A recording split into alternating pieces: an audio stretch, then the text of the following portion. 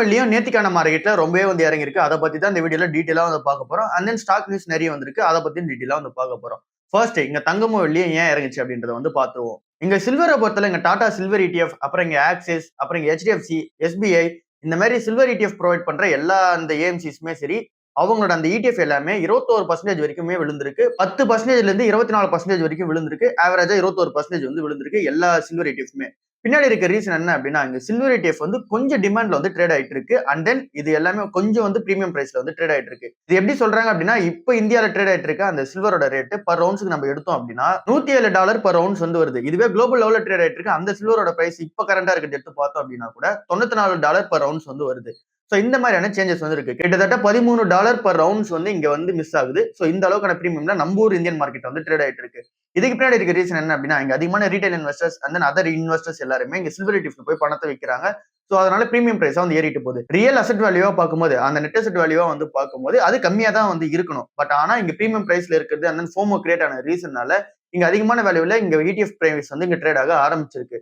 இது வந்து நம்ம வந்து மூவி டிக்கெட் கூட வந்து ரிலேட் பண்ணி பார்க்கலாம். இங்க எப்படி ஃபர்ஸ்ட் டே ஃபர்ஸ்ட் ஷோ அப்படின்னா இங்க மூவி டிக்கெட் வந்து அதிகமான பிரைஸ்ல வந்து இருக்கும். பட் ஆனா ஆக்சுவல் பிரைஸ் வந்து இங்க கவர்மெண்ட் இங்க வச்சிருக்கிறது ₹180 ₹190 தான் வந்து இருக்கும். சோ அந்த மாதிரி இங்க ஆக்சுவல் பிரைஸ் வந்து இங்க ₹200 இருக்கு அப்படின்னா இப்ப சில்வர் ட்ரேட் ஆயிட்டு வந்து ₹250 ₹300 வந்து ட்ரேட் ஆயிட்டு இருந்துச்சு. பட் ஆனா ஆக்சுவல் பிரைஸ் என்னன்றது இன்வெஸ்டர்ஸ் எல்லாரும் கண்டுபிடிச்சிட்டாங்க. அண்ட் இங்க குளோபல் லெவல்ல கொஞ்சம் சென்டிமெண்ட் வந்து பார்க்கும்போது இங்க சில்வருக்கும் கோல்டுக்கும் சாதகம் இல்லாம வந்து போகுது. அதனாலயும் மார்க்கெட் வந்து விழுந்திருக்கு. ஃபர்ஸ்ட் இருக்க ரீசன் வந்து இங்க குளோபல் லெவல்ல இருக்க சில்வரோட பிரைஸ் விட இந்தியன் பிரைஸ் வந்து பார்த்தோம்னா அதிகமா இருக்கு. மெயினா ETFல பார்க்கும்போது. அதே மாதிரி இங்க பிசிக்கல் சில்வரா வந்தா கூட நம்ம ஏற்கனவே வந்து சொல்லியிருந்தோம் ₹10,000 டிஸ்கவுண்ட்ல வந்து பர் கேஜிக்கு வந்து ட்ரேட் ஆயிட்டு இருக்குன்னு சொல்லிட்டு. சோ இங்க பிசிக்கல் சில்வரா வந்து பார்க்கும்போது சில்வர்ல இங்க பெருசா இன்வெஸ்டர்ஸோட அந்த டிமாண்ட் வந்து கிடையாது. இண்டஸ்ட்ரியோட டிமாண்ட் தான் வந்து இருக்கு. பிசிக்கல் லெவல்ல இங்க வாங்கி வைக்கிறவங்களுக்கு. பட் இதுவே இங்க ETF சைடுல வரும்போது இங்க ETF டிமாண்ட் அதிகமா இருக்கு. ஏன் அப்படின்னா இங்க ETF பிரைஸ் வந்து ஏறிக்கிட்டே இருக்கு. கொஞ்சம் பிரீமியம்லயும் வந்து இருக்கு. சோ இதனால எல்லா இன்வெஸ்டர்ஸும் ETF நோக்கி போய்கிட்டு இருக்காங்க.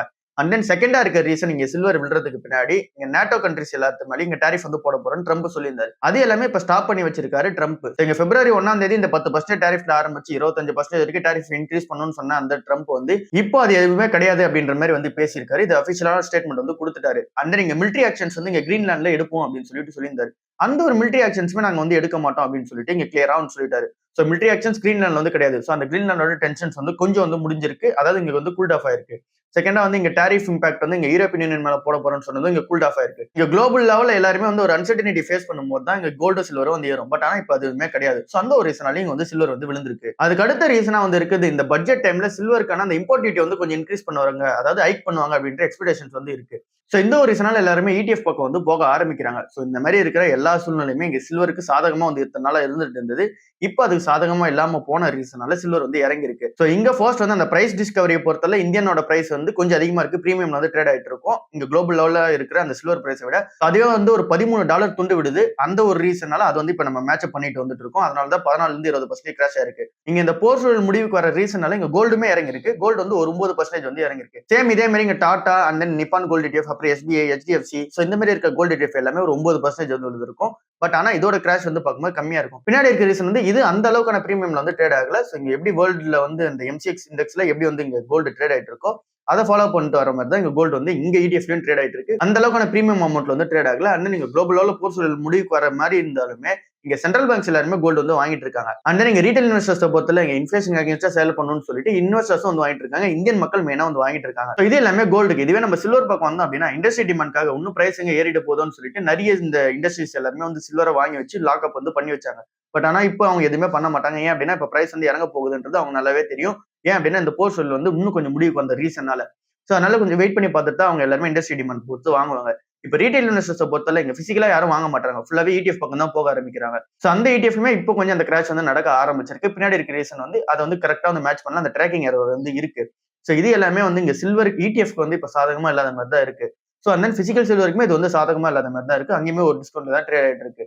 சோ இது எல்லாமே ஓவராலா நடந்தது. பட் ஆனா இப்ப நம்ம என்ன பண்ணலாம் ஒரு இன்வெஸ்டர் அப்படின்னு சொல்லி பார்க்கும்போது இங்க gold and then silver ETF பொறுத்தல இங்க கோல்டு வந்து இங்க லாங் டர்ம் ஹோல்ட் பண்ண போறீங்க அப்படின்னா கண்டிப்பா உங்களோட போர்ட்ஃபோலியோல அட்லீஸ்ட் ஒரு 10ல இருந்து 20% வந்து வச்சுக்கோங்க. இது வந்து எக்ஸாக்டா இவ்வளவு % தான் வைக்கணும்னு கிடையாது. நீங்க வந்து புதுசா ஆரம்பிக்கிறீங்க அப்படின்னா நான் ஃபுல்லாவே வந்து கோல்டு ETF வைக்க போறேன்னு சொல்லி ஆசைப்படுறீங்க அப்படின்னா அது வந்து கொஞ்சம் தப்பா வந்து இருக்கு. ஒரு 50% கோல்டுல வச்சுட்டு ஒரு 50% நீங்க நிஃப்டி இல்ல அப்படின்னா மிட் கேப் அந்த மாதிரியான ஒரு இண்டெக்ஸ்ல கூட வைக்கலாம்.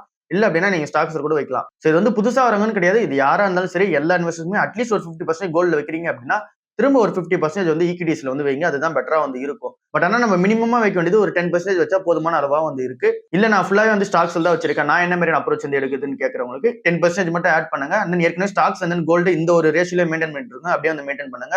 இங்க அதிகமான போர்ஷன் வந்து கோல்டுல இன்க்ரீஸ் பண்ண தேவையில்ல. இப்ப சில்வர் பக்கம் வந்தோம் அப்படின்னா நம்மளே நிறைய வீடியோஸ்ல வந்து சொல்லியிருப்போம். சில்வர் அதிகமான கிராஷ் ஆகுறதுக்கான சான்சஸ் இருக்குன்னு சொல்லிட்டு. சோ இப்ப இந்த இண்டஸ்ட்ரி டிமாண்ட் அண்ட் தென் இங்க இருக்கிற அந்த சூழ்நிலை வந்து சரியில்லை. சோ அந்த ஒரு ரீசனால சில்வர் இடிஎஃப் இப்போ ஷார்ட் டேர்ம்ல நீங்க பாக்குறீங்க லைக் வந்து 1 இயர் 2 இயருக்கு வந்து பாக்குறீங்க அப்படின்னா இந்த டைம்ல கரெக்டான பிரைஸ் வந்து கிடையாது. இன்னும் கரெக்ஷன் நடக்கிறதுக்கான சான்சஸ் வந்து இருக்கு. சோ அதனால வெயிட் பண்ணியா பார்ப்போம். பட் ஆனா இன்னைக்கான மார்க்கெட் சூழ்நிலை எப்படி இருக்கு அப்படின்னா இன்னைக்கான மார்க்கெட் ஓப்பன் ஆன உடனே இன்னைக்கு காலையில ஒரு 6 மணி நியூஸ் வந்து பார்க்கும்போது கோல்டும் சில்வரும் வந்து திரும்ப வந்து ஆல் டைம் ஹைல போயிருக்கு. இங்க வந்து டாலர் டேர்ம்ஸ்ல பார்க்கும்போது கோல்டுமே ஆல் டைம் ஹைல தான் வந்து இருக்கு. எக்ஸாக்ட்டா டேட்டா சொல்லணும் அப்படின்னா 1,57,000 பர் 10 கிராம் வந்து கோல்டு வந்து இருக்கு. சோ இது வந்து எம்சிஎக்ஸ் டேட்டா.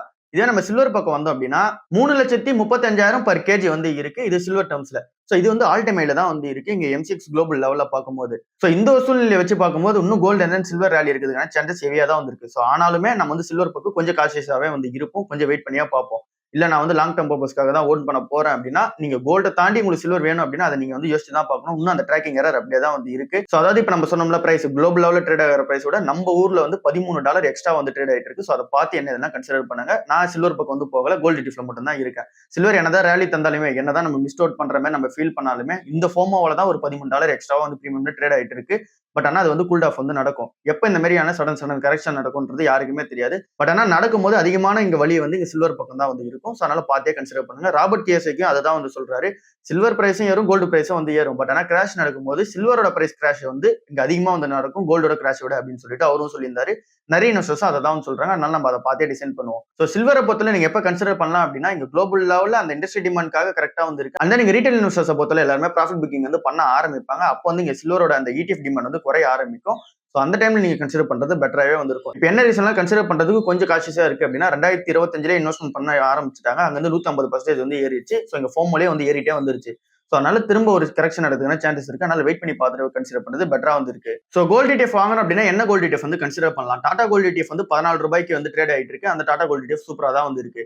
நிப்பானோட கோல்டு ETFமே சூப்பரா தான் வந்திருக்கு. அதோட பிரைஸ் வந்து கரெக்டா பார்க்கும்போது ₹124 ட்ரேட் ஆயிட்டு இருக்கு. அதனால நம்ம டாடா கோல்டு ETF அந்த நிப்பான் கோல்டு ETF அந்த நீங்க SBI HDFC எது போனாலும் ஓகே தான். பட் ஆனா டாடா நிப்பான் தான் வந்து அதிகமா வந்து இங்க மக்கள் எல்லாரும் ஓன் பண்றது. இந்த டாடா கோல்டு ETF வந்து கம்மியா இருக்கும். ₹14 பிரைஸ்ல வந்திருக்கும். அதுக்கு பின்னாடி இருக்க ரீசன் வந்து இந்த பிரைஸ் வந்து கம்மியா ட்ரேட் ஆகுது. அதனால திரும்ப ₹100 கேட்ச் அப் ஆயிடும் அப்படின்றதெல்லாம் வந்து கிடையாது. இங்க மில்லிகிராம்ஸ் கணக்குல பார்க்கும்போது இது இருக்கிறதுலே லீஸ்ட் மில்லிகிராமா இங்க கன்வெர்ட் பண்ணி வச்சிருக்குது. அதாவது ஒரு கிராம இங்க வந்து லீஸ்டா வந்து கன்வெர்ட் பண்ணி வச்சிருக்கிறது தான் இந்த டாடா கோல்டு ETF.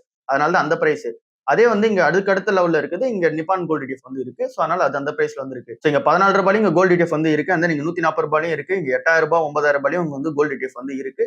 சோ இங்க எல்லா மில்லிகிராம்ஸ் அண்ட் தென் கிராம்ஸ்க்கு ஏத்த மாதிரி இங்க கோல்டு ETF வந்து பிரிச்சு வச்சிருக்காங்க. சோ அதனால நீங்க டாடா கோல்டு ETF அந்த நிப்பான் கோல்டு ETF இல்ல நீங்க SBI அண்ட் தென் HDFC போறீங்க அப்படின்னா அதுவும் பெட்டரா தான் வந்திருக்கு. மேக்ஸிமம் இதை வந்து கன்சிடர் பண்ணாலே பெட்டரா தான் வந்து இருக்கு. இப்ப சில்வரை பொறுத்தவரை இங்க நிப்பான் அண்ட் தென் டாடா சில்வர் எடுத்தோம் அப்படின்னா கிராஷ் வந்து ஏற்பட்டிருக்கு. சோ நம்ம சொன்ன மாதிரி அந்த டேட்டாஸ் எல்லாமே உங்களுக்கு புரிஞ்சுது அண்ட் தென் கரெக்டான டைம் பார்த்து நீங்க பண்ணணும்னு சொல்லி ஆசைப்படுறீங்க அப்படின்னா இங்க டாட்டாவும் நிப்பானும் வந்து கன்சிடர் பண்ணி பார்க்கலாம். பட் ஆனா அது எதுவுமே வந்து கரெக்டான அந்த ஒரு கிளாரிட்டி இல்லாம நம்ம வந்து சில்வர்ல எல்லாரும் வாங்குறாங்க அந்த பிரைஸ் ஏறிட்டே இருக்கு அப்படின்னு சொல்லிட்டு வாங்கணும் அப்படின்னா திரும்ப நம்மளோட போர்ட்ஃபோலியோ அஃபெக்ட் ஆகுதுன்னா சான்சஸ் வந்து இருக்கு. சில்வர் பிரைஸ் ஏறி ரேலி கொடுத்துச்சு அப்படின்னா ஃபைன் தான். பட் ஆனா கொடுக்கல அப்படின்னும் போது அது ஒரு பிரச்சனையா இருக்கும். சோ அதனால பாத்துருங்க. இப்ப நம்ம ஸ்டாக் நியூஸ் உள்ள போக ஆரம்பிப்போம். தங்கமயில் ஜுவல்லர்ஸோட அந்த Q3 ரிசல்ட்ஸ் வந்து வெளியே வந்திருக்கு. இவங்களோட நெட் ப்ராஃபிட் வந்து டபுள் பண்ணிருக்காங்க.